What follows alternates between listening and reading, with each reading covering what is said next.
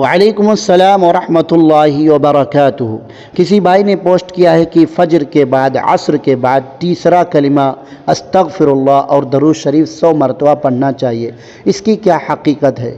دیکھیے، اس میں کچھ باتیں صحیح ہیں، کچھ باتیں غلط ہیں۔ پہلی بات تو یہ ہے کہ شریعت میں، دین میں صرف ایک ہی کلمہ ہے جسے کلمہ توحید، کلمہ شہادت اور کلمہ طیبہ کہا جاتا ہے، اور وہ ہے اشہد ان لا الہ الا اللہ وحدہ لا شریک لہ واشہد ان محمدا عبدہ ورسولہ، اور یوں کہہ سکتے ہیں لا الہ الا اللہ محمد رسول اللہ، جو کہ حدیث سے ثابت ہے۔ اس کے علاوہ جو دوسرا کلمہ، تیسرا کلمہ، چوتھا کلمہ، پانچواں کلمہ، چھٹا کلمہ، ان کی کوئی بھی حقیقت نہیں ہے، نہ تو اللہ تعالیٰ نے قرآن میں ذکر کیا ہے، نہ ہی نبی کریم صلی اللہ علیہ وسلم نے اپنے فرمان سے واضح کیا ہے، لہذا ان کلموں کی کوئی حقیقت نہیں۔ لیکن ان کلمے میں جو الفاظ ہیں اس کی حقیقت ہے۔ اکثر الفاظ نبی صلی اللہ علیہ وسلم سے ثابت ہے، عام ذکر میں کچھ الفاظ نبی صلی اللہ علیہ وسلم سے ثابت نہیں ہے، یعنی اس کو نبی صلی اللہ علیہ وسلم کی طرف نسبت نہیں کر سکتے ہیں، لیکن اس کا معنی صحیح ہے۔ اور تیسرے کلمے میں ذکر ہے سبحان اللہ والحمد للہ ولا الہ الا اللہ واللہ اکبر ولا حول ولا قوة الا باللہ العلی العظیم۔ دیکھیے، ان الفاظ کی حقیقت ہے، لیکن تیسرا کلمہ نام دینا اس کی حقیقت نہیں ہے۔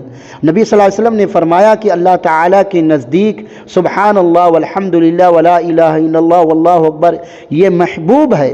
جو شخص اس کو کہتا ہے، ہر کلمے کے بدلے اس کے لیے جنت میں ایک باغ لگایا جاتا ہے، اور ایسے ہی لا حول ولا قوت الا باللہ یہ جنت کے خزانوں میں سے خزانہ ہے، اس سے غم اور پریشانیاں دور ہوتی ہیں۔ نبی کریم صلی اللہ علیہ وسلم اس کو پڑھتے تھے۔ ان میں سے 3 الفاظ سبحان اللہ والحمد للہ ولا الہ سبحان اللہ الحمد للہ اللہ اکبر، اس کی فضیلت ہے۔ نبی کریم صلی اللہ علیہ وسلم نے فرمایا جو شخص فجر کے بعد، عصر کے بعد اس کو پڑھتا ہے تو 100 اونٹ، 100 گھوڑے اور 100 غلام آزاد کرنے سے بہتر ہے۔ سبحان اللہ الحمد للہ اللہ اکبر 100 مرتبہ صبح و شام پڑھنا ثابت ہے، اور استغفر اللہ یہ بھی ثابت ہے نبی کریم صلی اللہ علیہ وسلم سے، اور درود شریف 100 مرتبہ پڑھنا یہ ثابت نہیں ہے، حدیث میں ذکر نہیں ہے۔ صرف 10 مرتبہ ذکر ہے کہ جو شخص صبح و شام 10 مرتبہ درود شریف پڑھے گا، نبی صلی اللہ علیہ وسلم کی شفاعت اسے حاصل ہوگی، اور اس پر جو اجر مرتب ہیں وہ بھی اس کو ملے گا، یعنی 10 رحمتیں نازل ہوں گی، اور 10 درجات بلند ہوں گے، 10 نیکیاں لکھی جائیں گی۔ ہاں، اس سے زیادہ آپ پڑھ سکتے ہیں، لیکن تعداد ثابت نہیں ہے، آپ جتنا چاہیں پڑھیں۔